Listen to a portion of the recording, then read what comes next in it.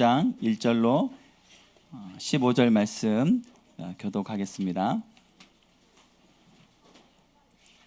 창세기 35장 1절로 15절까지 우리 함께 교독하겠습니다.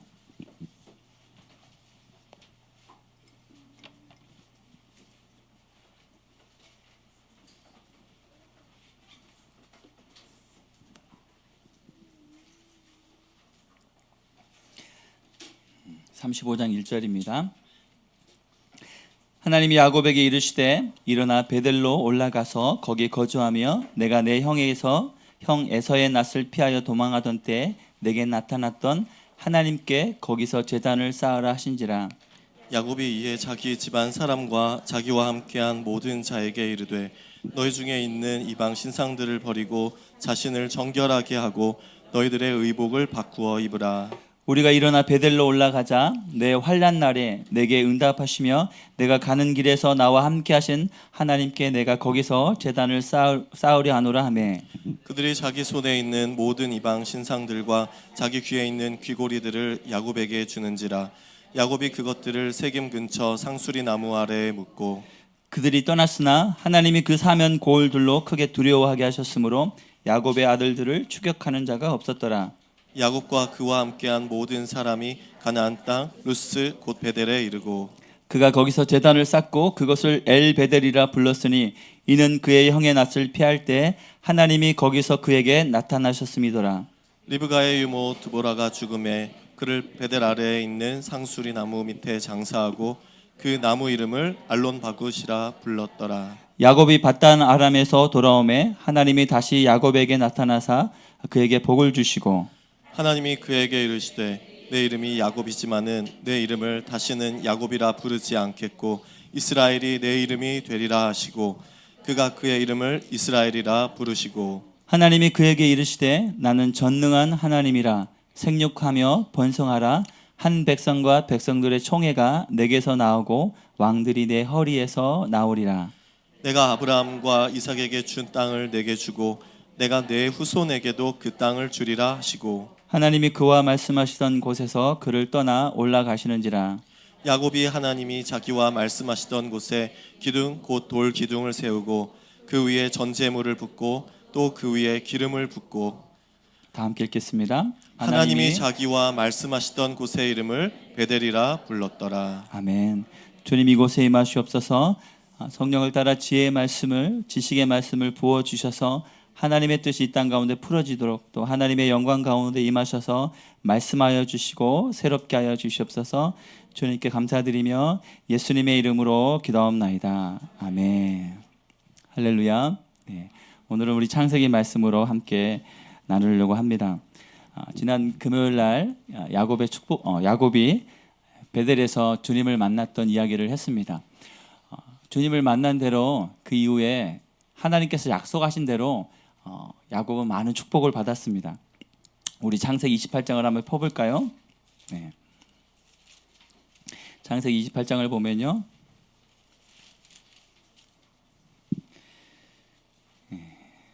13절부터 축복을 주십니다. 같이 읽어볼까요? 28장 13절부터 15절까지 시작. 또 본즉 여호와께서 그 위에 서서 이르시되 나는 여호와니 너희 조부 아브라함의 하나님이요 이삭의 하나님이라.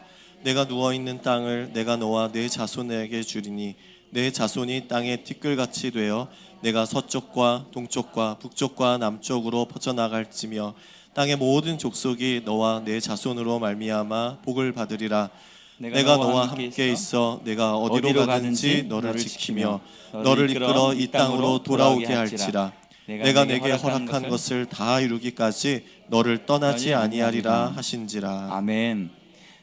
하나님이 허락했다고 말씀하십니다. 이 허락은 약속이라고 할 수 있죠. 말씀처럼 누워 있는 땅을 자손에게 준다고 하셨고, 자손으로 말미암아 복을 받게 하신다고 하셨고, 어디를 가든지 동행하신다고 하셨습니다.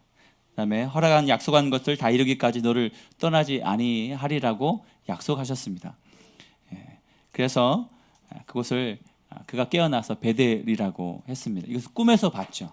그가 꿈에서 봤지만 하나님이 말씀하신 거라 믿고 그렇게 살았습니다. 그 말씀처럼 그가 엄청난 축복을 받았습니다. 그리고 이 서원대로 조건을 따라서 20절부터 이제 서원을 하게 되죠. 20절부터 한번 읽어볼까요? 시작. 야곱이 서원하여 이르되 하나님이 나와 함께 계셔서 내가 가는 이 길에서 나를 지키시고 먹을 떡과 입을 옷을 주시어. 계속 읽어볼까요? 내가 평안히 아버지 집으로 돌아가게 하시오면 여호와께서 나의 하나님이 되실 것이요 내가 기둥으로 세운 이 돌이 하나님의 집이 될 것이요 하나님께서 내게 주신 모든 것에서 10분의 1을 내가 반드시 하나님께 드리겠나이다 하더이라. 아멘. 그가 꿈을 꾸고 하나님께서 너와 함께 한다고 꼭 반드시 돌아오겠다고 약속하자 꿈을 깬 다음에 그가 서원을 합니다. 조건을 달죠. 나와 함께 계셔서 내가 가는 이 길에서 나를 지키시고 먹을 떡과 입을 옷을 주시어 내가 평안히 아버지 집으로 돌아오게 되면 하나님이 분명히 돌아온다고 하셨거든요. 그런데 그는 또 조건을 합니다. 먹을 떡과 입을 옷과 돌아오게 되면 그렇게 되면 그때 서원하죠. 여호와께서 나의 하나님이 될 것이요. 이전까지는 하나님을 못 만난 것 같아요. 그래서 성경에 보면 아브라함의 하나님, 이삭의 하나님, 근데 야곱의 하나님, 자기의 하나님이라고 고백을 이때까지 안 합니다. 그래서 돌아오면 나의 하나님이 되고 내가 기둥으로 세운 이 돌이 하나님의 집이 될 것이요 하나님의 집이 될 것인다는 건 그곳에 산당을 짓든지 뭘 짓든지 또 어떤 기념을 해서 그곳에서 예배 드린다는 약속을 하죠. 그리고 내게 주신 모든 것에서 10분의 1을 반드시 하겠다고 굳건하게 약속합니다. 은혜 받으면 막 서운하잖아요. 내 전부를 다 드리겠다고 뭔 헌금하고 또 어떻게 섬기겠다고 우리 야곱이 그랬습니다. 네, 하나님은 철저하게 이 약속을 지키셨어요. 그래서 창세기 32장 9절에 그가 돌아오면서 에서 형의 장자권을 뺏었죠. 그리고 아버지가 돌아가시기 전에 내가 에서에게 축복하겠다고 해서 맛있는 음식을 가져오면 내가 에서에게 마음껏 축복하겠다고 했는데 그것을 안 엄마 리브가가 동생 야곱을 더 사랑했나 봐요. 그래서 야곱이 동생이지만 그 축복을 받기를 원해서 형으로 변장을 해서 가죽 옷을 입히고 그다음에 목소리도 섭니다. 이렇게 해서 형의 옷을 입히고 형 대신 축복을 받게 되죠. 그래서 어마어마한 축복의 예언을 해 줍니다. 그것을 안 에서가 와서 눈이 뒤집히죠. 그리고 마음에 미움이 가득해서 심중에 저놈을 내가 죽여버리라. 아빠 살 날이 얼마 안 남았으니까 내가 죽여버리리라. 이렇게 생각을 합니다. 그리고 그 이삭은 몇 년을 더 살았을까요? 30년을 더 살았습니다. 네, 에서가 착각했어요. 네, 성경 찾아보면 그렇게 생각을 했는데 정말 오래 살았습니다. 이삭은.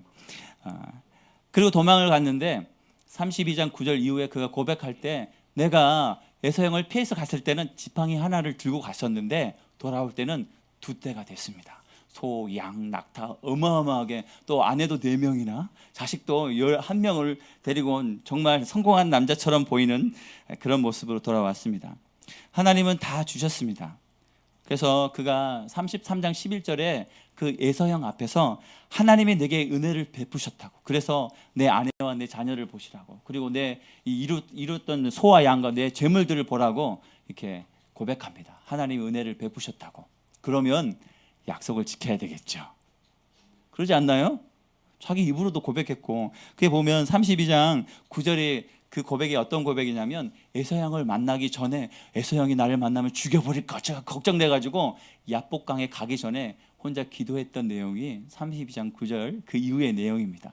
기도할 때는 알았어요. 하나님 나에게 은혜를 베푸셨고 그래서 내가 두려워요. 하나님 제발 살려주세요. 형의 마음을 좀 만져주세요라고 고백하는 게 32장 중간에 있는 기도의 내용입니다. 그리고 야복강에서 천사와 씨름하고 그리고 응답을 받고 이름이 바뀌면서 형을 만나고 형이 용서하고 해피엔딩으로 끝나게 되는 그런 모습이 34장 35장의 내용입니다. 그가 하나님을 대면했습니다. 자기 입으로 야복나루에서 32장 30절에 보면 그러므로 야곱이 그곳 이름을 브니엘이라 하였으니 그가 이르기를 내가 하나님과 대면하여 보았으나 라고 고백해요. 하나님을 얼굴과 얼굴로 대면했습니다. 그런데 약속을 안 지킵니다. 아주 대단한 인물이죠. 예. 약속을 지키려면 베델로 돌아가야 됐습니다. 자기가 그 원래는 이름이 없는 지명이었어요. 그래서 도망가다가 날이 저무니까 그냥 돌 하나 베고 탁 누웠는데 꿈에서 하나님이 나타나셔서 그가 그곳을 이제 벳엘, 하나님의 집이라고 이름을 지었는데 그게 지금까지 내려오게 된 것입니다. 근데 서원을 지키지 않고 베델로 안 가고 세겜 성읍으로 그가 갑니다. 뭐 이상할 거 없죠. 예. 근데 그때부터 가정에 어려움이 닥치기 시작합니다. 그 세겜 성읍에서 살 때 딸 디나가 못 쓸 짓을 당합니다. 네, 단어를 쓰면 우리 미성년자들이 있어가지고 못 쓸 짓을 당하게 되죠. 내용들은 여러분 아실 겁니다. 그러자 그 디나가 못 쓸 짓을 당하자 오빠가 그 레위와 시몬이 그 성읍에 찾아가서 모든 남자를 죽여버립니다. 그냥 죽인 게 아니라 속이죠. 이 디나를 범했던 그 남자가 이 딸 디나가 너무 마음에 들었나 봐요. 그래서 얼마를 요청하든지 내가 다 들어줄 테니 진짜로 결혼하게 해달라고 했더니 이 오빠들은 감히 내 동생을 범했다고 나쁜 놈이라고 하면서 그러면 조건을 주겠다. 할례를 받으면 지금 시대로 말하면 포경 수술이에요. 할례를 받으면 아유 왜 이렇게 민망한지. 할례를 받으면 같이 살 수 있도록 그다음에 결혼할 수 있도록 허락해 주겠다고 합니다. 그래서 그 세겜 성읍에 디나를 범했던 남자 이름이 세겜입니다. 세겜이 어깨라는 뜻이에요. 세겜 성읍에 세겜이 어깨에 있는 그 주인공인데 그 우두머리의 아들이 세겜이었습니다. 그래서 그 아들이 얼마나 마음에 들었는지 성읍에서 자, 오늘부터 할례해가지고 이 민족과 우리 같이 함께 살자. 그래서 이 민족이 갖고 있는 돈과 물질과 그런 것들이 다 우리 것이 될 것이다 하면서 백성들에게 오늘 다 할례해라 해서 그날 모두 할례를 합니다. 해보신 분 아시죠? 아프죠. 3일째 제일 아플 때 그때 레위와 시몬이 가서 모든 남자를 죽이고 재물을 빼앗고 아내와 아이들을 노비로 취하고 모든 것을 약탈합니다. 뭐 그럴 수 있겠죠. 열받으니까 갑부가 됐을 겁니다. 그런데 그 사건이 있은 다음에 야곱이 34장 30절에 이렇게 고백합니다. 우리 함께 읽어볼까요? 34장 30절 시작. 야곱이 시므온과 레위에게 이르되 너희가 내게 화를 끼쳐 나로 하여금 이 땅의 주민 곧 가나안 족속과 브리스 족속에게 악취를 내게 하였도다. 나는 수가 적은즉 그들이 모여 나를 치고 나를 죽이리니 그러면 나와 내 집이 멸망하리라. 야곱의 고백입니다. 이 땅 족속에게 악취를 내게 하고 우리 수가 적으니 나를 죽이고 우리도 다 죽겠다고 얘기합니다. 그리고 31절 한번 읽어볼까요? 그들이 이르되 그가 우리 누이를 창녀같이 대함이 옳으니까 라고 아들들은 그렇게 고백합니다. 사람의 시선과 사람을 두려워하는 야곱의 모습이 나오고요. 그다음에 원한과 상처의 복수에 눈이 멀어서 사람을 죽이고 약탈하는 그런 아들들의 모습이 나옵니다. 딸의 가슴 아픈 상황을 보면 뭐 그럴만하다라고 생각할 거예요. 요즘도 이런 사건들이 많이 일어나잖아요. 사건이 일어날 때마다 마음에 원한이 생기고 미움이 생기고 복수심이 생깁니다. 그래서 어떻게 보면 그럴 수도 있겠구나라고 생각할 수 있습니다. 근데 감정 따라 살게 되면 이렇게 사람을 죽이고 물건을 약탈하고 또 그 땅에 그 세겜이라는 사람이 실수한 거지 거기 있는 사람이 죄를 지은 건 아니거든요. 무관 많은 사람들을 죽이는 일들을 하게 됩니다. 그때 하나님이 35장에 말씀하시죠. 35장 1절 한번 읽어볼까요? 시작. 하나님이 야곱에게 이르시되 아멘. 하나님이 야곱에게 이르시되 말씀하셨다고 합니다. 아빠가 열받아가지고 너희 때문에 이렇게 됐다고 우리 이제 죽었다고 하니까 아빠 그들이 잘못했잖아요 라고 얘기할 때 하나님이 그에게 말씀하십니다. 이 세겜 성읍에 33장 18절에 보면 그가 장막을 쳤다고 얘기하고요. 33장 19절에 보면 백크시타에 그 땅을 사게 됩니다. 그럼 야곱은 내가 이 세겜 땅에 정착하겠다는 거예요. 그리고 34장 1절에 그 딸 디나가 그 땅의 딸들을 벌어 나갔더니라고 얘기합니다. 아마 이 딸이 거기 있는 다른 사람을 만나러 가지 않았다면 이런 일이 일어나지 않았을 거라고 생각할 수 있습니다. 그런데 33장 19절에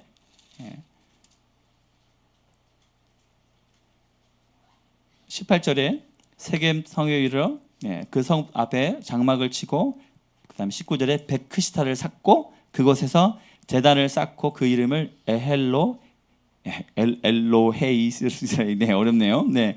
이렇게 이름을 불렀죠. 그리고 34장에 보면 딸 디나가 밖으로 나가게 됩니다. 여러분, 이 33장 마지막과 44장 1절 사이에 시간이 얼마나 될까요? 혹시 생각해 보신 적 있나요? 네, 맞히시는 분에게 맛있는 점심을 대접해 드리겠습니다. 한 달? 두 달? 1년? 2년? 3년? 4년? 5년? 6년? 7년? 네, 7년이 걸렸습니다. 성경에 나오지 않았는데요. 이제 그들이 죽은 날을 역추적해 보면 그가 야복강에서 주님을 대면하고 에서에게서 이제 자유케 돼서 홀가분해졌을 때 베델로 가지 않고 세겜으로 가서 땅을 사고 정착했습니다. 그리고 7년이 지나서 딸이 다른 그 지방의 여자를 만나러 나갑니다. 그럼 이 딸 디나의 나이는 몇 살일까요? 성경을 보면 전 나이를 보면 되게 재밌어요. 그러면 그 나이 가운데 되게 깊은 의미가 있습니다. 이때 딸이 한 14살에서 16살 정도 됐다고 합니다. 딸이 태어나고 그다음에 이 딸이 이런 것을 당했으니까 그 시간을 계산해 보니까 약 7년 정도 되고요. 그렇다면 야복강을 넘었을 때 그 딸은 한 7살 정도 됐다고 할 수 있겠죠. 그리고 그가 7년 동안 이 세겜 땅에서 정착하고 14살에서 16살이 됐을 때 그때 당시에는 그 성인식이 12살에 합니다. 남자들도. 여자들도 밖으로 함부로 돌아다니기 위해서는 12살 이상 돼야지 함부로 돌아다닐 수 있게 그때 문화가 그랬거든요. 그래서 그 디나가 그런 일들을 당하게 되죠. 7년 동안 하나님께서 가만히 계셨습니다.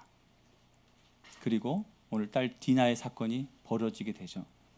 그냥 그놈이 나쁜 놈이야 라고 얘기할 수 있습니다.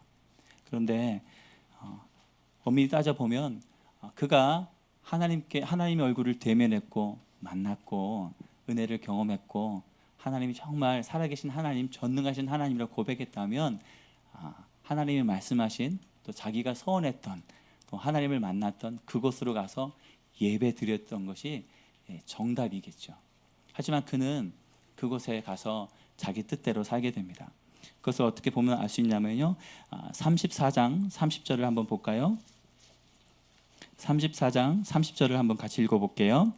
시작. 야곱이 시몬과 레위에게 이르되 너희가 내게 화를 끼쳐 나로 하여금 이 땅의 주민 곧 가나안 족속과 브리스 족속의 악취를 내게 하였도다. 나는 수가 적은즉 그들이 모여 나를 치고 나를 죽이리니 그러면 나와 내 집이 멸망하리라.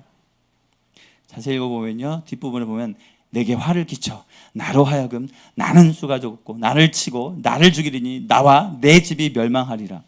많이 들었던 말씀이죠. 나. 네. 우리의 삶은 오늘 나의 삶으로 그 사람의 과거를 알 수 있습니다. 오늘 나의 삶의 태도를 통해서 그 사람이 어떤 삶을 살았는지를 알 수 있는 거죠. 성경은 자세히 나오지 않았지만 이 사건과 그 사건을 대하는 태도를 통해서 그 사람이 어떤 생각을 갖고 있었는지 알 수 있습니다. 33장 20절에 그가 엘로 헤이 이스라엘이라고 제단을 쌓고 이름을 높여드렸습니다. 그런데 여기서 하면 안 되는 거죠. 물론 그곳에서 하나님의 크신 일을 했기 때문에 기념해서 제단을 쌓고 예배를 드리는 것도 맞아요. 하지만 진짜 하나님을 만났던 것, 첫 대면했던 것, 약속했던 것, 그곳으로 가야 되는 것을 말씀하고 있습니다. 쌓을 곳에 제단을 쌓아야 됩니다. 하나님 앞에 제단을 쌓아야지 자기가 쌓고 싶은 곳에 쌓는다고 또 그곳에 하나님이 원하시는 것이 아니라 자기가 원하는 곳에 쌓으면서 하나님은 찬양을 받아주십시오. 나의 예배를 받아주십시오. 하나님이 원치 않는 거예요. 하나님이 가라 하시는 곳에 가야 되고 하나님이 있으라 하는 곳에 가야 되고 하나님이 말씀하시는 곳에 가야 된다고 오늘 말씀하고 있습니다. 그래서 말씀 따라 예배드리는 삶이 축복이라고 오늘 몇 자 되지 않는 그 사건을 통해서 말씀하고 있습니다. 단순히 재수가 없어서, 아니 그 인간들이 못쓸 인간이어서가 아니라 오늘 나의 삶의 태도와 결정을 통해서 그것이 나와 나의 자녀와 나의 가정 가운데 엄청난 영향을 준다는 것을 말씀하고 있습니다. 하나님을 대면했고 그가 그렇게 고백했죠. 32장 30절에 보면 그가 고백한 거예요. 내가 하나님과 대면하고 보았으니. 33장 11절에 보면 하나님이 내게 은혜를 베푸셨고, 33장 20절에 거기 제단을 쌓고 그 이름을 엘렐로 헤이 이스라엘이라 불렀더라.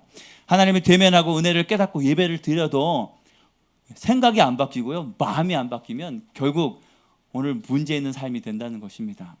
그래서 교회를 오는 삶이 진짜 예배의 삶이 아니고 교회를 다니는 삶이 하나님이 기뻐하는 삶이 아니에요. 그럴 확률이 많습니다. 마음은 딴 데 있는데 예배 드린다고요? 그러면 사람들은 정말 믿음 좋다고 얘기합니다. 하지만 하나님은 그 마음을 아십니다. 그래서 결국은 어떻게 됐냐고요? 34장 30절을 보면 그가 이렇게 고백하죠. 이 땅 족속에게 악취를 내게 하고, 자기가 무슨 말을 한지 모르겠지만 악취 나는 삶을 살았다고 그는 고백하는 겁니다. 그래서 하나님 뜻 가운데 살지 않으면 결국은 악취 나는 삶이 되는 것입니다. 그래서 하나님이 깨우쳐 주셨죠. 베델로 올라가라, 그리고 제단을 쌓으라 라고 얘기하는 것입니다. 무슨 말을 하는 건가요? 그냥 가서 이렇게 돌 쌓고 이렇게 하나님 안녕하세요 이렇게 그렇게 하면 된다는 건가요? 예배가 회복돼야 된다는 것이죠. 하나님을 만나지 않은 사람은, 하나님을 모르는 사람은 예배가 뭔지 모릅니다. 예배 드리러 안 와요. 물론 전도돼서 오는 사람도 있지만 하나님을 만난 사람은 예배가 무엇인지 압니다. 예배를 드리게 됩니다. 우리가 하나님을 만났던 그 첫사랑, 그리고 하나님 주신 그 부르심, 그 은혜와 감격을 다시 한번 기억하고 회복하고 주님과 얼굴과 얼굴을 대하며 같은 그런 친밀한 가운데 살라고 말씀하고 있습니다. 은혜 받은 자의 첫 번째 행동이 그래서 예배예요. 그래서 예배 없는 삶은 죽은 삶입니다.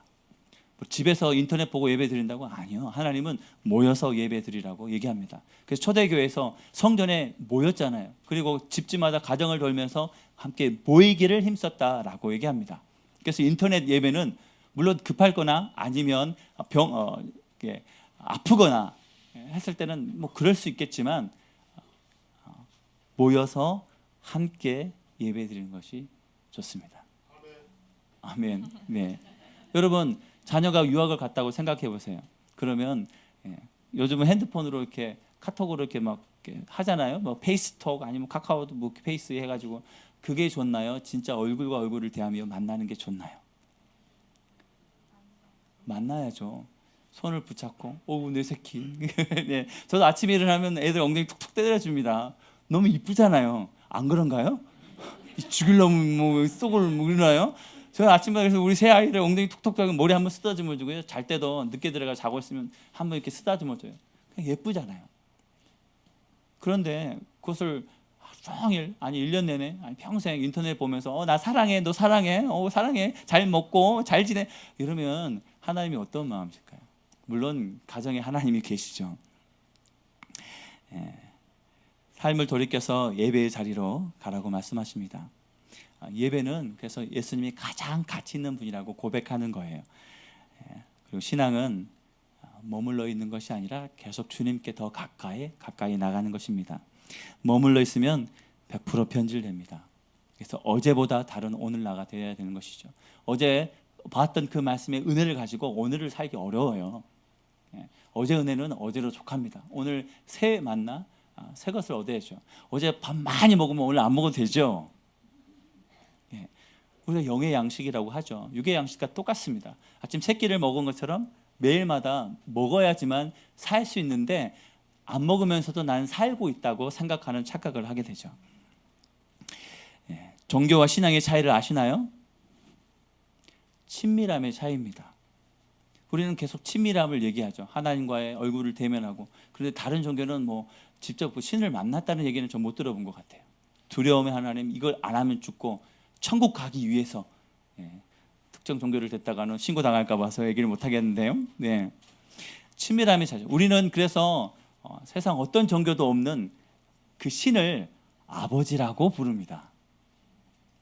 옆집 아저씨가 아닙니다. 아버지라고 부릅니다. 그 친밀함이 회복되는 그런 시간이 되길 축복합니다. 예. 그래서 열심도 좋아요. 열심히 섬기고 열심히 뭔가를 하고 그것도 좋지만 방향이 정말 중요합니다. 내가 정말 주님의 마음에 초점 맞춰서 주님의 뜻에 초점 맞춰서 가느냐 안 가느냐 그것이 정말 중요합니다. 하나님이 기뻐하지 않으시는 예배는 뭘까요? 예. 오랫동안 제가 나누고 싶었던 얘기인데요. 예배에 대해서 함께 나누어 보려고 합니다. 하나님 기뻐하지 않는 예배는 어떤 예배일까요? 감사가 없는 예배가 하나님 기뻐하지 않는 예배일 거예요. 예. 그래서 감사가 없다는 것은 예배를 해치우는 겁니다. 그래서 참석하면 참석했다. 할 일 했다. 도장 찍었으니 여기 출근 도장 찍는 건가요? 예. 아니죠. 하나님께 감사함으로 예배 드립니다. 감사는 나에게 주신 것을 감사하는 거고 또 찬양과 경배라는 말을 많이 하죠. 찬양은 뭐가 찬양일까요? 김일성 찬양, 김정일 찬양 이렇게 막 하잖아요. 찬양은 하나님이 하신 일을 높여드리는 것이 찬양입니다. 그걸 찬양이라고 해요. 경배는 뭐냐면요, 하나님 그분 자체를 높여드리는 게 경배입니다. 존귀하신 주님, 거룩하신 주님, 사랑 많으신 주님, 뭔가를 우리에게 해줘서 높여드리는 게 아니라 그분 자체를 높여드리는 게 경배죠. 이 예배는 그래서 하나님의 만남의 시간과 장소가 오늘 예배라는 것입니다. 감사 없는 예배는요, 죽은 예배라고 할 수 있습니다. 여러분 감사하죠? 아멘. 네, 하나님 감사합니다. 네, 그리고 뭔가 받으려고 하는 예배를 하나님 기뻐하지 않습니다. 야곱이 이렇게 얘기하죠. 하나님을 베델에서 만나고 서원을 하기 전에 하나님 나를 지키시고 먹을 떡과 입을 옷을 주시어 내가 평안히 아버지 집으로 돌아가게 하시오면 이것 주고 이것 주고 이것 주면 내가 이걸 하겠다고 그는 조건부로 하나님께 빅딜을 하고 있습니다. 하나님은 예배는 드리는 것이지 받는 것이 아니에요. 물론 하나님께 예배 드리면 많은 것을 주십니다. 저도 많이 받았고요. 여러분도 많이 받게 될 것입니다. 하지만 예배는 뭔가를 받으려고 오는 것이 아니라 감사를 드리는 것이고 우리가 하신 일을 찬양하는 것이고 또 하나님 자체를 높여드리는 것이 예배입니다.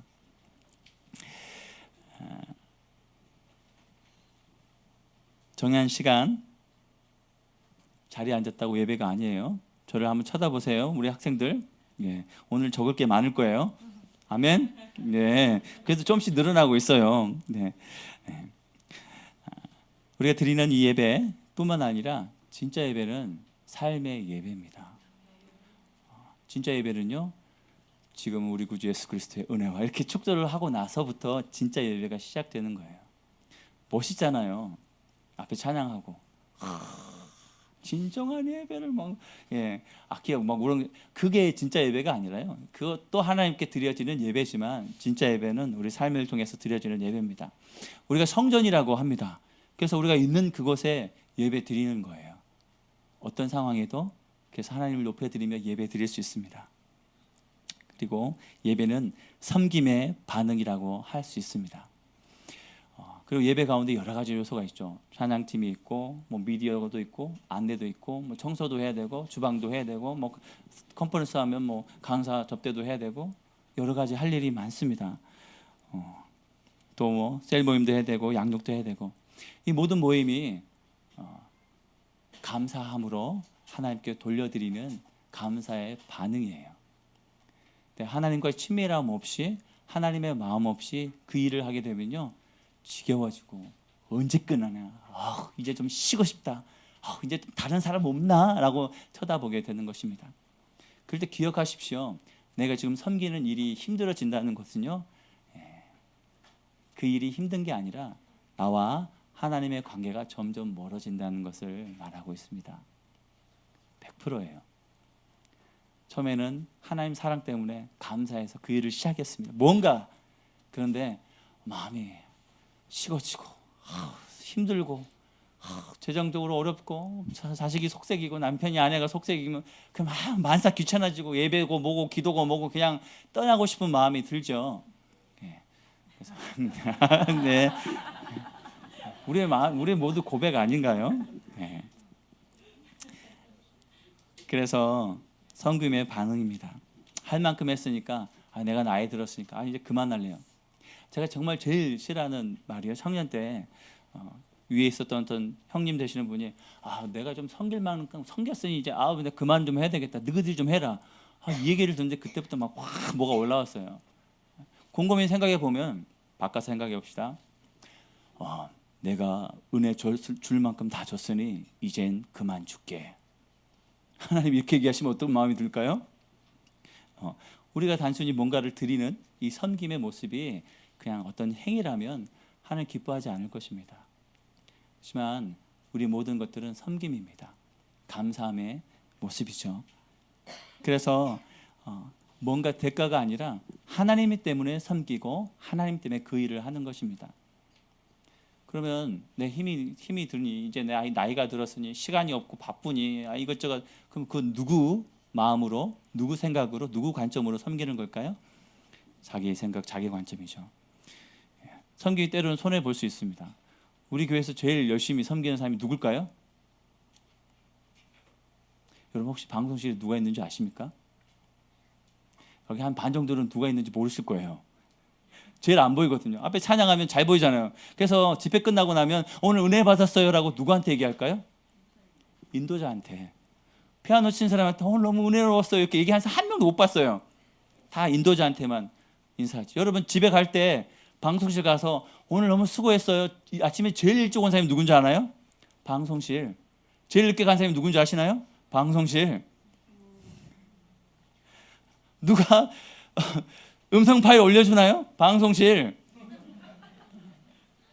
근데 하나도 얘기 안 하거든요. 갈 때 그냥 슝 가지. 그리고 다들 간 다음에 방송실을 확 나와가지고 우리 현주 자매가 안녕히 계세요 가죠. 예. 방송 사고 나면 욕 엄청 먹죠. 근데 잘하면 원래 잘해야 되는 거예요. 안 그러나요? 잘할 때는 쳐다도 안 봐요. 누가 하는지도 몰라요. 그죠? 네. 손해입니까? 집에서도 설거지하는데 교회에서도 설거지해야 되고 집에서 청소도 안 하는데 교회에서 청소를 해야 되니? 라고 하시는 분도 계실 거고요. 네. 진정한 예배는 그래서 섬김이 있는 예배고요. 그래서 하나님을 얼마나 경외하고 사랑한지는 섬김의 태도 그 말을 통해서 입의 말을 통해서 알 수가 있습니다. 그래서 섬김은 내가 정말 얼마나 하나님을 경외하고 나의 삶의 태도가 하나님 앞에서 어떤 삶인지를 보여주는 거예요. 물론 때로는 몸이 아프거나 여러 환경 때문에 그만둘 수도 있습니다. 제가 그때 이후로는 제 입으로 내가 그만하겠다라는 그런 얘기를 안 하게 됐어요. 네. 제가 이런 얘기 많이 했는데 제가 찬양을 하도 많이 해가지고 하나님 이제 찬양도 그만하고 싶어요. 여기 지금도 찬양하잖아요. 10년 전에 하나님 나 찬양 그만하고 싶어요. 너무 많이 했어요. 했더니 진짜로 새로운 목사님이 오시면서 1년 동안 찬양을 하나도 못하게 했어요.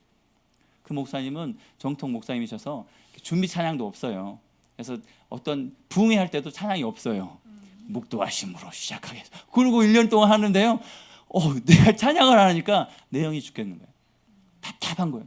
그래서 1년 지나면서 하나님 다시 찬양하고 싶어요 했더니 그 다음에 목사님 오셔가지고 새벽기도 찬양하시고 송고영 시인 예배 때 2시간 동안 찬양하게 하고 막 엄청 찬양하게 하더라고요. 너무 감사하더라고요. 왜냐하면 찬양을 하지 않았을 때 내 안에 얼마나 많은 묶임과 또 하나님 앞에 깊은 그런 친밀감 또 내 안에 주신 은사 또 기쁨들이 눌러지고 막혀있는 것을 알게 되니까 그 이후로는 10년 이후로는 무슨 일을 하든지 네 알겠습니다 하고 합니다. 제가 하잖아요. 그래도 감사합니다. 뭐 평생 하겠나요? 60 먹으면서 이렇게 하는 그때가 있습니다. 그때는 내가 모르는 거예요. 모세도 죽을 때 그 직분을 내려놨습니다. 아론도 그렇고요. 그래서 하나님만이 아십니다. 하나님 말씀하실 때까지 최선을 다해서 힘을 다해서 섬기는 것입니다. 하나님이 말씀하실 때 반응이 정말 중요해요. 그래서 35장 2절에 야곱이 이렇게 얘기하죠. 한번 읽어볼게요. 35장 2절 시작. 야곱이 이에 자기 집안 사람과 자기와 함께한 모든 자에게 이르되 너희 중에 있는 이방 신상들을 버리고 자신을 정결하게 하고 너희들의 의복을 바꾸어 입으라. 아멘. 하나님이 말씀하셨어요. 베들로 돌아가고 거기 제단을 쌓으라고 했는데 야곱은 단순히 베델 가고 제단을 쌓기 전에 자녀들과 아내 모든 사람들에게 이방 신상을 버리고 자신을 정결하게 하고 의복을 바꾸라고 얘기하고 있습니다. 하나님이 무언가를 우리에게 말씀하세요. 어떤 사건, 사고. 저도 설거지하다가 칼을 씻다가 손이 비었어요. 으악 소리를 질렀는데요. 그리고 회개했습니다. 하나님 또 뭔가를 나에게 말씀하시는구나. 우리 삶에 많은 사건들이 있습니다. 재수 없어서가 아니라 하나님이 뭔가를 말씀하시는 건가? 아니면 내 삶에 하나님 기뻐하지 않는 뭔가가 있는가? 하고 돌이키고 깨닫고 회개하는 것이 중요하죠. 그는 알았습니다. 그래서 이방신을 버렸죠. 이방신을 버리라는 것이 뭘까요? 주인을 바꾸라는 겁니다.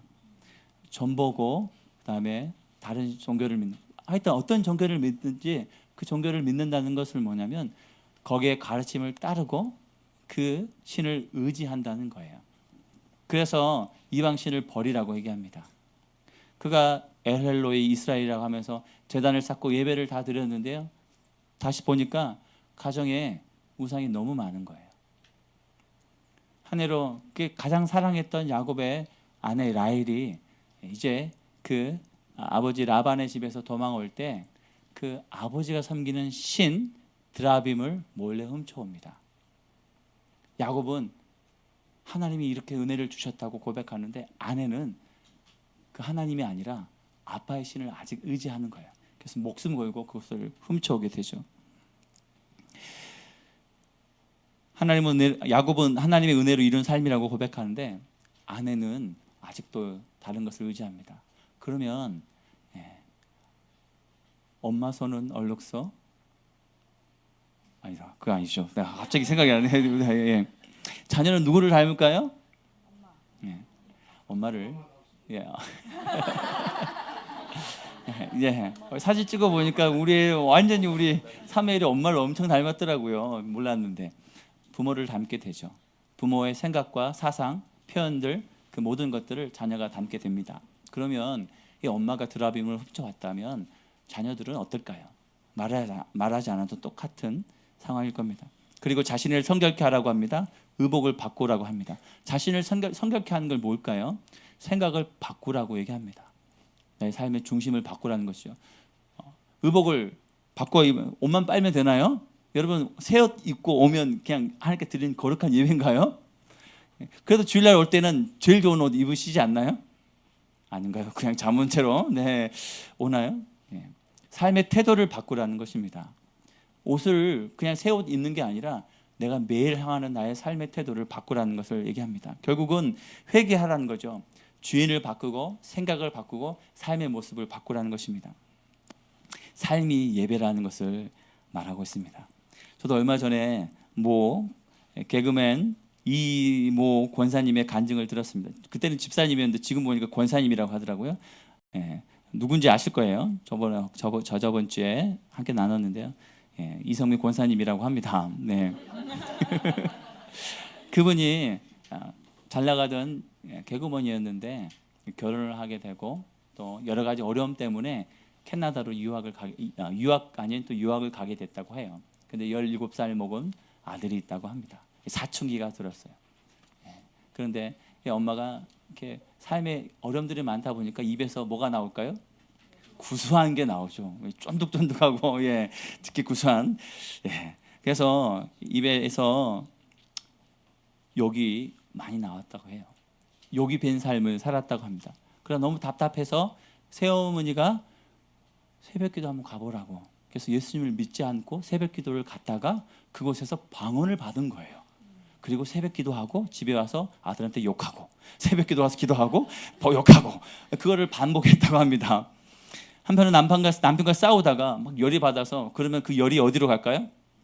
열을 분출해야 되잖아요. 아들한테 갔다고 해요. 그 아들은 욕먹을 준비를 타고 있잖아요. 그렇죠? 말만 하면 바로 욕먹을 짓을 하고 있잖아요. 그래서 컴퓨터를 하고 있길래 엄마가 좀 하게 나와봐 했더니 막 내가 한다고 왜 그러냐고 막 했대요. 그래서 이 자식 엄마가 얘기하면 손을 딱 했는데 17살 먹은 아들이라고 하죠. 어떻게 했을까요? 한 대 맞았을까요? 딱 잡았다고 해요. 네. 그래서 하나님이 지혜를 주셨다고 해요. 그래서 오른손이 남았다 해서 한 손으로 한 번 딱 했더니 딱 잡았다고 해요. 그래서 하나님 또 지혜를 한 번 더 주셔서 발도 있지 하고 발로 딱 했더니 키가 너무 작아서 맞지 않았다고 합니다. 그러면서 그 아들이 하는 얘기가 있습니다. 에이씨, 교회 집사란 양반이 집구석에서 이러는 거 알아? 밖에선 그렇게 잘하면서 안에서는 이러는 거 알아? 밖에서 쪽팔려서 얘기를 못해. 그 교회를 오래 다니니까 집사 식분을 주고 새벽기도 나가서 열심히 기도하니까 사람들 앞에서는 체면이잖아요. 마음에 아들이 다 알고 있네, 다 보고 있네를 깨닫게 된 겁니다.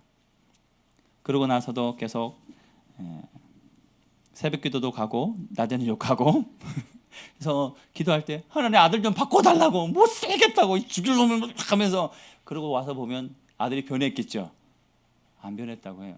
그걸 반복하다가 한 번은 아침을 차려주다가 이렇게 얘기했다고 합니다. 날쌘 뭐가 되려고, 날샜다 이 미친놈아. 네, 이렇게 얘기했다고 해요. 한번 들어보세요. 네, 정말 이게 쫀득쫀득한 말을 너무 잘해요. 그때 성령의 음성이 들렸다고 해요. 네 아들 네가 말한 대로 만들어 주겠다. 그 음성을 듣고 너무 두려워서 자기 방에 올라가서 한참 울면서 회개했대요. 네 아들 네가 말한 대로 되겠다. 재밌는 게요, 성경에 하나님 네가 말한 대로 다 된다고 얘기합니다. 그래서 12정탐꾼이 얘기한 대로 10명은 들어가지 못하고 2명만 들어갔죠.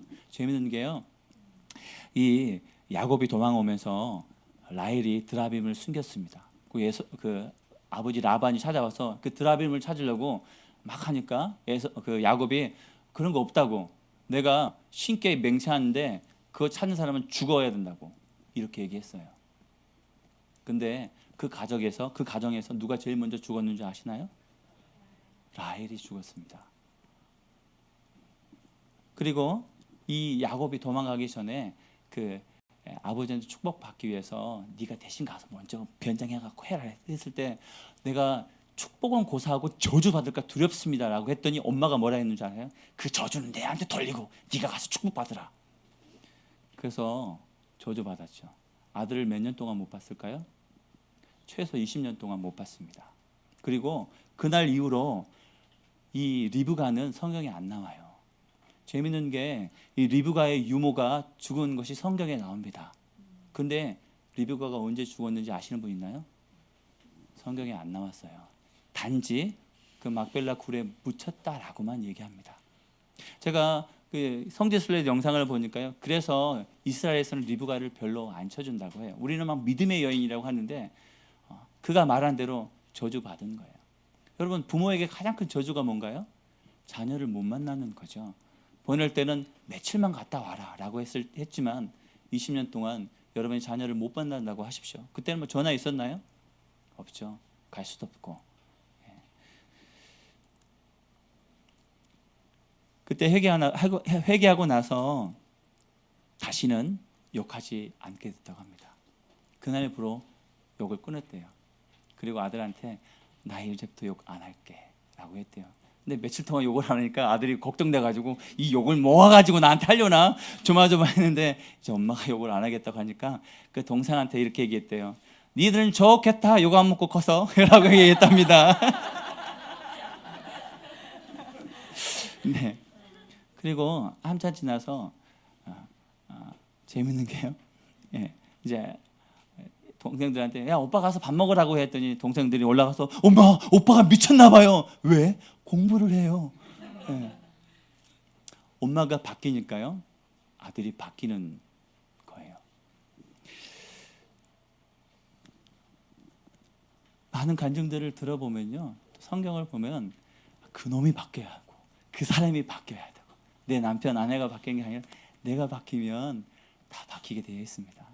그래서 저는 간증들을 가끔 봐요. 저분은 어떻게 하나님을 만났고 또 삶 가운데 어떤 은혜가 있었고 어떻게 풀어졌는지, 또 그것을 통해서 나에게 하나님 말씀하신 게 뭔지 그 간증을 듣는데 우리 사무엘이랑 같이 들었어요. 밥 먹는데 눈이 마주쳐가지고 아빠도 너한테 욕 한 번도 안 했지. 네, 네, 식은땀이 났는데요. 네. 어제 묵상에 이런 말씀 있죠. 하나님께서 당신에게 성령 세례를 경험하도록 해주시면 당신에게도 동일한 일이 일어납니다. 그분이 일을 시작하시면 가장 어려운 것부터 시작하십니다. 그분은 맨 먼저 당신이 가지고 있던 두려움부터 다루시고 당신의 인간 본성을 다루십니다. 그분은 당신이 갖고 있던 두려움을 없애주시고 인간 본성이 당신을 짓누르지 못하도록 해주십니다. 성령이 임하시면 우리 삶이 변화됩니다. 변화시켜 주십니다. 그래서 우리가 반응해야 되는 거죠.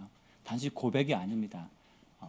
하나님 앞에 철저하게 회개하고 무릎 꿇고 하나님 의지하는 거죠. 고백한다고 여러분 다 되던가요? 그래서 저는 매일 울었어요. 그리고 지금도 내가 내 뜻대로 되지 않는 나의 인간 본성 때문에 웁니다. 많은 분들이 이런 고백을 했어요. 내가 가지고 있는 많은 가치가 있습니다. 성령의 가치가 더 높게 여겨지면 나의 가치를 하나씩 내려놓을 수 있게 됩니다. 결국 성령의 가치를 발견할 때 장애를 극복할 수 있습니다. 이것이 자기 부인이고 성화가 되는 거고 과정이며 천국으로 가는 티켓입니다. 아멘. 네, 유명한 분이 하셨어요. 네, 본인만이 아십니다.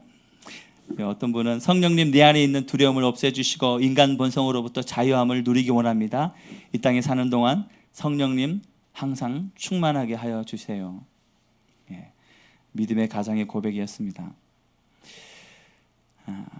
초대교회 성령의 충만함을 받고 제일 먼저 일어난 일이 있었습니다. 행동이 그게 아니었어요. 언어가 바뀌었습니다. 그래서 성령의 충만함을 받고 방언이 터졌습니다. 그래서 전에 자기가 했던 육적인 또 이기적인 또 세상적인 말들이 성령이 충만하게 임하자 하나님이 주신 언어로 바뀌었습니다. 다른 언어로 알게 됐죠. 그래서 입술의 언어가 달라지는 것입니다. 예수님 믿으면 처음에는 욕이 사라져요. 저도 한동안 욕쟁이였습니다. 걸쭉하게 잘했어요. 근데 주님 만나고 제일 처음에 해준 게 입이 달라지게 된 거죠. 성경을 다시 한번 읽어볼게요. 34장 30절을 중간부터 읽어볼게요. 이 땅에 시작. 이 땅의 주민 곧 가나안 족속과 브리스 족속에게 악취를 내게 하였도다. 나는 수가 적은즉 그들이 모여 나를 치고 나를 죽이리니 그러면 나와 내 집이 멸망하리라. 뭐 때문에 이 얘기하나요?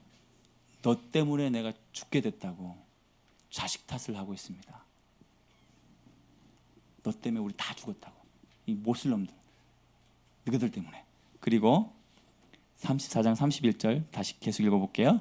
그들이 이르되 그가 우리 누이를 창녀같이 대우함이 옳으니까. 그 사람들 때문이잖아요. 라고 다른 사람 핑계를 대는 거죠. 모두 다 남 탓을 하고 있습니다. 결국 그들의 삶은 뭐 때문에 일어나는 것이 아니라 그냥 앞에 그 사람이 잘못해서 내가 지금 이것을 이렇게 내가 됐다고 다 남 탓하는 거죠. 자식 탓, 남편 탓, 아내 탓. 우리의 모습을 얘기하고 있습니다. 오늘의 사건이 갑자기 일어나는 게 절대 아닙니다.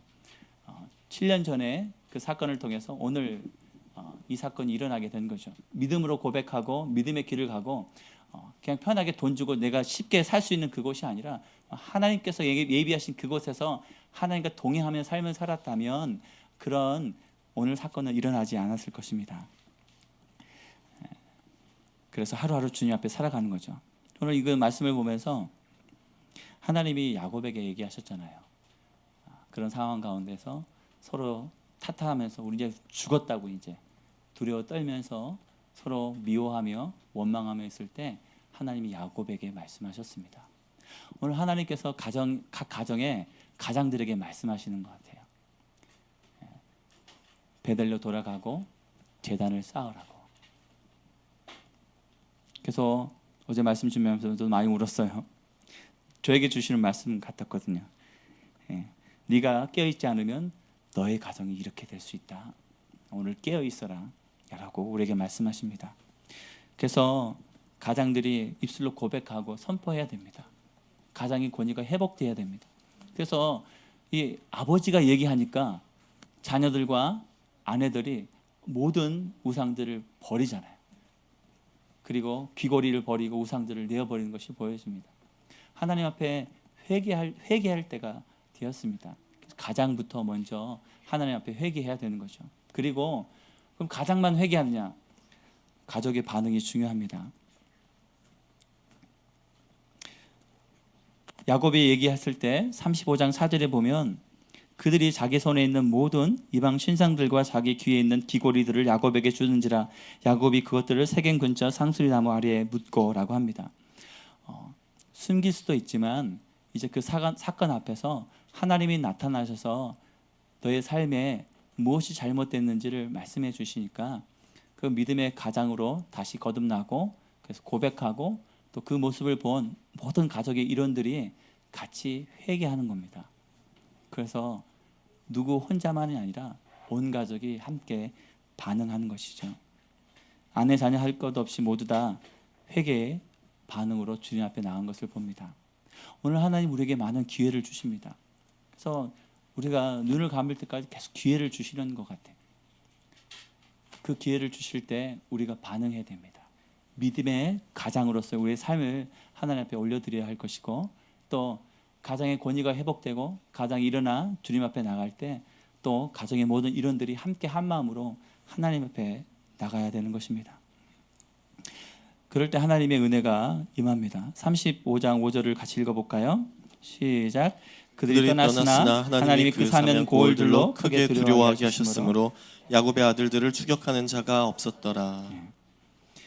회개하니까 하나님이 사람들의 마음 가운데 두려움을 주심으로 더 이상 야곱의 가정에게 해를 끼친 사람이 없게 됩니다. 회개가 은총을 부르고 은혜의 자리로 이끌게 됩니다. 오늘 우리가 주님 앞에 살 수 있는 비결은요, 은총을 받을 수 있는 비결은요, 회개입니다. 그래서 숨겨진 우상, 아마 그 라헬은 끝까지 드라빔을 섬겼을 거예요. 야곱한테 소리 들을 거예요. 야곱은 그런 거 가져온지 모르고 꿈에도 모르고 큰 소리 치면서 떳떳하게 그 라반한테 얘기했거든요. 그런데 여보 실은 내가 이거 가져왔어. 이렇게 못했을 거예요. 숨겨진 우리 안에 죄악들과 또 하나님 주인이 아니었던 영역들을 내려놓고 또 우리의 생각을 고쳐야 됩니다. 그리고 우리의 삶의 태도를 바뀌어야 되는 거죠. 오늘 매일 묵상의 말씀이 그거죠. 성령님께서 우리를 만지기 시작하시면 그분은 맨 먼저 우리의 몸을 길들이십니다. 그런 후에 우리의 혀가 성령의 능력으로 주님이 기뻐하시는 말을 하는 혀가 되도록 우리의 혀를 주장하십니다. 우리가 우리의 생각을 갖고 살면 하나님의 생각은 통로가 막혀버리게 됩니다. 자신의 생각으로 살지 마십시오. 자신의 이기심을 이루려고 하지 마십시오. 아멘. 여기 많은 분들이 방언하시잖아요. 방언을 한다는 것은 성령님이 우리 안에 계시다는 것입니다. 그렇다면 나의 반응이 아니라 성령이 원하시는 삶의 방향과 태도로 나갈 때 우리 가정이 회복되는 것입니다. 그 삶의 문제들이 회복되는 것입니다. 그래서 우리 모두 베델로 갔으면 좋겠어요. 그리고 그곳에서 내가 원하는 곳, 내가 뜻하는 곳에 예배드리고 그곳에서 하나님을 찾는 것이 아니라 하나님이 기뻐하시는 곳에서 기뻐하는 삶의 예배를 드리기를 축복합니다. 그리고 우리의 언어가 바뀌었으면 좋겠습니다. 그래서 나의 삶 가운데 기뻐하는 말이 많은지 저주의 말이 많은지 내가 말을 했을 때 분위기가 싸해지는지 쉽게 알 수 있잖아요. 내가 얘기를 했을 때 그 사람이 웃고 있는지 즐거워하는지 생명이 있는지. 그래서 세상 종교와 우리 기독교의 차이는 생명의 차이입니다. 생명이 살아나는 생명을 심겨주는 저의 삶, 여러분의 삶이 되기를 정말 축복합니다. 오늘 그렇게 함께 기도하고 싶어요. 우리 함께 이 시간 기도할 때 반주해 주시고요. 오늘 말씀을 들으면서 여러 가지 이야기들이 나왔습니다. 그런데 야곱이 고백했던 것처럼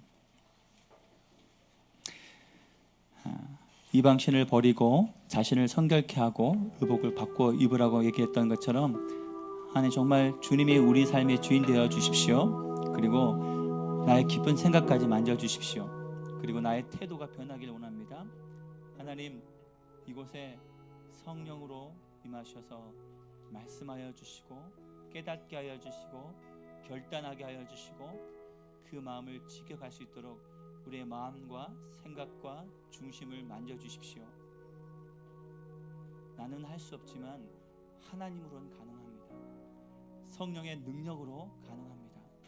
예수님이 이 땅 가운데서 성령과 능력으로 행하셨던 것처럼 우리도 그렇게 살기를 소원합니다. 제가 좀 불을 좀 꺼주시고요. 그래서 주님 앞에 주님의 이름을 한번 부르면서 함께 기도하겠습니다. 주여